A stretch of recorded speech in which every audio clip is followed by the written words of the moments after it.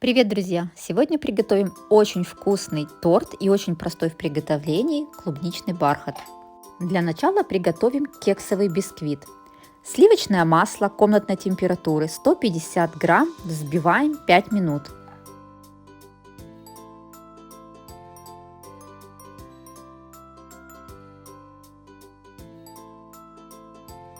Затем по одному добавляем яйца комнатной температуры.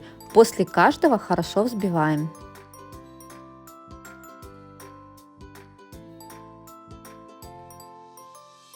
Добавляем 200 грамм сахарной пудры и взбиваем еще 2 минуты.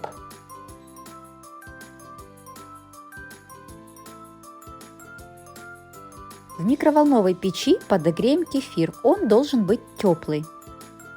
Смешиваем все сухие ингредиенты. Мука 250 грамм, 4 грамма пищевой соды и 10 грамм разрыхлителя. Добавляем половину сухих ингредиентов и половину кефира.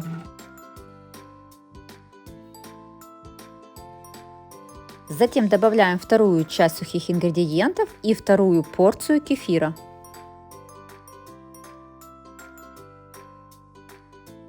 Вот такое тесто у нас получается.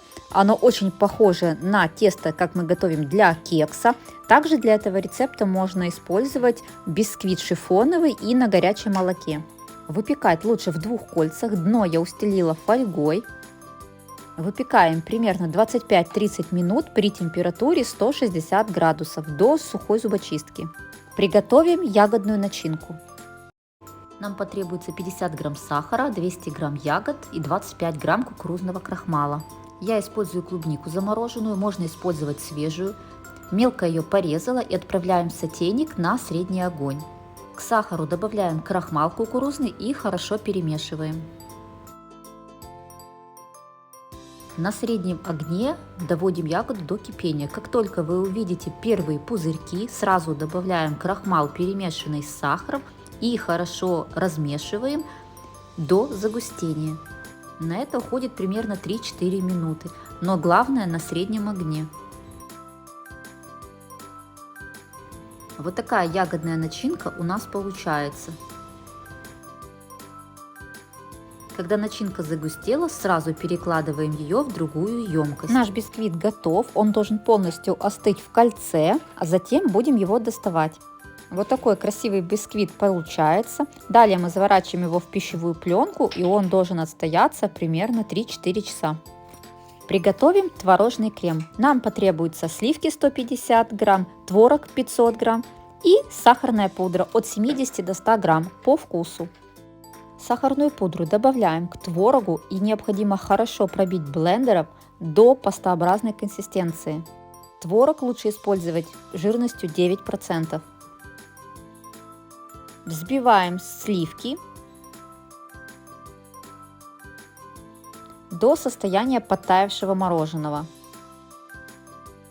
И в 2 приема вмешиваем в творожную массу. Этот крем является прекрасной альтернативой классическому крем-чизу.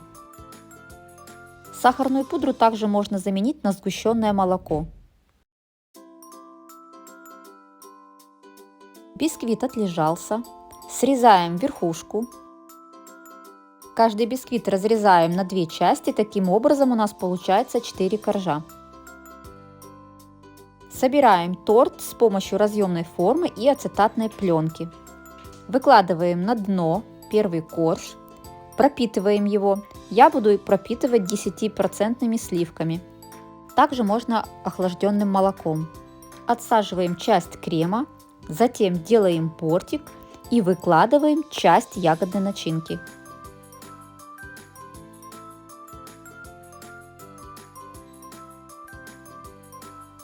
Аккуратно распределяем ягодную начинку. Также можно выкладывать ее с помощью кондитерского мешка, но мне так удобнее с помощью силиконовой лопатки.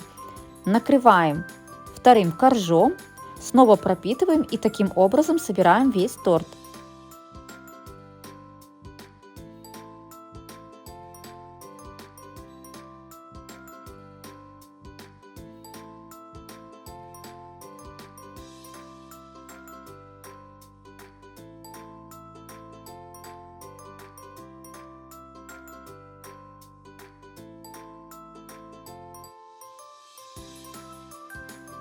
Когда торт собрали, накрываем его пищевой пленкой и убираем в холодильник на 5-6 часов для стабилизации.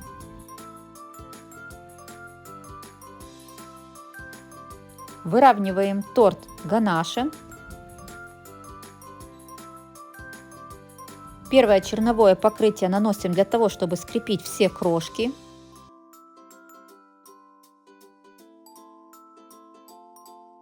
Затем наносим второй слой и финишное выравнивание.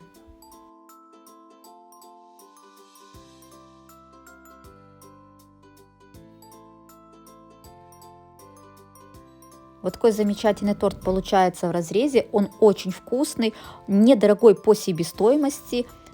Бисквиты здесь можно менять. Также можно использовать шоколадный бисквит. Клубника с шоколадом прекрасно сочетается.